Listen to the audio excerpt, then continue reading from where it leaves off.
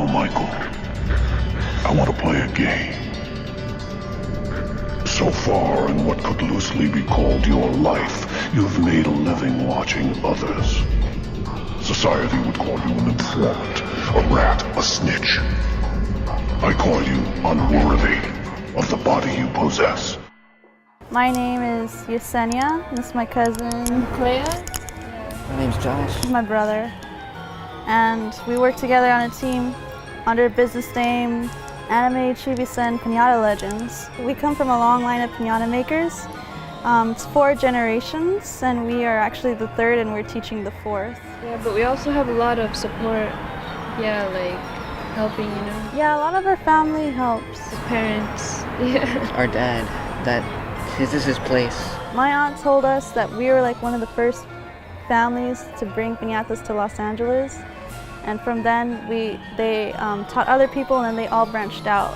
And now we have like things like the Piñata District in downtown. One of our families owns one of the biggest party supply stores in LA. We used to help other party supply stores and supply them with like wholesale piñatas and stuff like that too.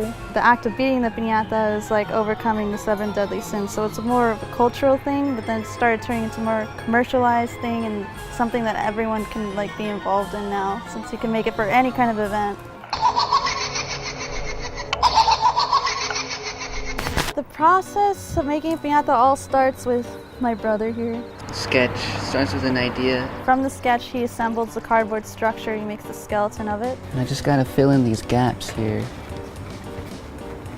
So, size it out. When I make it, I try to make it like anatomically proportional, like not just like goofy and cartoon-like. As I'm stapling, I have to make sure that everything is proportional and straight and, you know, very shaped the way I want it. It's kind of like sculpting. The thing that I liked the most about making the Billy Piñata was the fact that he was the first puppet with like elbows and knees. So that's basically covered up. We had to cover all the holes in this so that we can dress it. And we already have our homemade glue going. And it's pretty hot right now, so I'm not dipping my hand completely in it. And generally, a lot of people actually use newspaper for this. Like, I'm pretty sure like almost practically every piñata maker in LA will use newspaper, but it has its downsides. Luckily for us, my dad can actually get us this kind of like big rolls of white paper. It makes it a lot easier for dressing and just a lot less messier too, because the ink on the newspaper shows through the tissue paper a lot. But we got lucky. I generally want to reintroduce piñatas into the world as art, something that actually can be appreciated, not just seen as trash. We do make products to be hit and beat, but you can have fun in destroying it, even though it looks so beautiful and epic and amazing or whatever. I decided that we need to like invest our time into something that we know can't be replaced by a machine, which is of course art, because a machine can't replicate someone's ideas or imagination. So that's why I decided, you know, what will people appreciate regardless if the monetary system goes down or regardless if the machines take practically like over like 70% of mainstream jobs. And it really is art, you know? And you get hard like this. It's like pretty durable.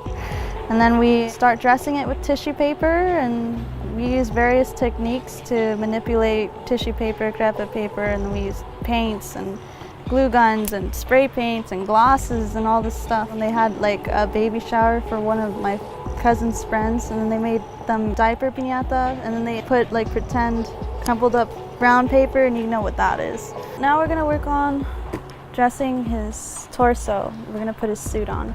And I have my cousin here helping me. She helps me with everything. We attended Horror Fest, so we made a bunch of superhero zombies.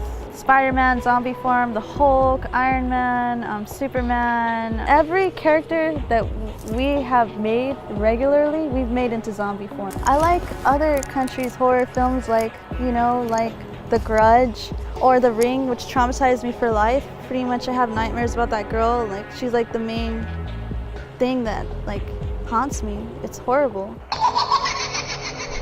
Right now we sell our art online on Etsy. We have a shop under Anime Chibi Sen, and then we also started working with a store called Geeky Mamas, and they're located in the Los Cerritos Mall and the Buena Park Mall, and then one in Anaheim just opened. Go to shows and like the Anime Expo, Kamikaze, Comic-Con. We're actually preparing for the Anime Expo right now in Los Angeles. It's pretty much complete. And he has movable limbs, so he's like a real puppet too. Thinned out the hair, chopped it all off. And he's all set. He's all done. Hello, Troy. I want to play a game. Despite all of the advantages and privileges that you were given at birth, you have returned to prison again and again. More comfortable in chains than you are in freedom. Tonight, we will see how far you are willing to go. Break those chains once and for all. Live or die, Troy.